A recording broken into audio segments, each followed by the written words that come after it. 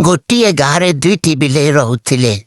ଗୋଟିଏର ନାଁ ହେଲା ମିନା, ଆଉ ଗୋଟିଏର ନାଁ ହେଲା ଟିନା। ଦୁଇ ଜଣ ବହୁତ ଭଲ ସାଙ୍ଗ ଥିଲେ, କିନ୍ତୁ ଖାଇବା ଜିନିଷରେ ବହୁତ ଝଗଡ଼ା କରୁଥିଲେ। ଗୋଟେ ଦିନ ସେମାନେ ରାସ୍ତାରେ ଗୋଟେ ବଡ଼ ରୁଟି ପାଇଲେ। ଦୁଇ ଜଣ କହିଲେ, ରୁଟିଟା ମୋର। ଲାଭ ହେଲା ମୁଁ ଦେଖିଛି। ଝଗଡ଼ା ବଢ଼ିଗଲା। ସେତେବେଳେ ଗୋଟେ ଚତୁର ମାଙ୍କଡ଼ ସେଠାକୁ ଆସିଲା। ମାଙ୍କଡ଼ କହିଲା, ତୁମେ ଝଗଡ଼ା କର ନା, ମୁଁ ସମାନ ଭାଗ କରିଦେଉଛି। ମାଙ୍କଡ଼ ରୁଟିକୁ ଦୁଇ ଭାଗ କଲା, କିନ୍ତୁ ଗୋଟେ ଭାଗ ଟିକେ ବଡ଼ ହୋଇଗଲା।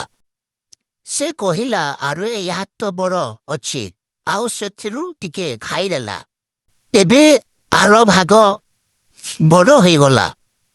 ପୁଣି ମାଙ୍କଡ଼ କହିଲା, ଏବେ ଏହା ତ ବଡ଼ ଅଛି, ଆଉ ସେଥିରୁ ମଧ୍ୟ ଟିକେ ଖାଇଦେଲା।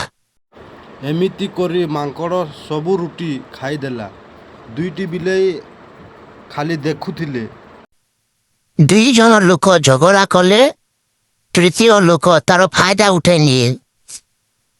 ମୋ ଭିଡ଼ିଓ ଯଦି ଭଲ ଲାଗିଲା, ଲାଇକ୍ କମେଣ୍ଟ ସେୟାର କରିବେ, ଆଉ ସବସ୍କ୍ରାଇବ୍ କରିବା ଭୁଲିବେନି।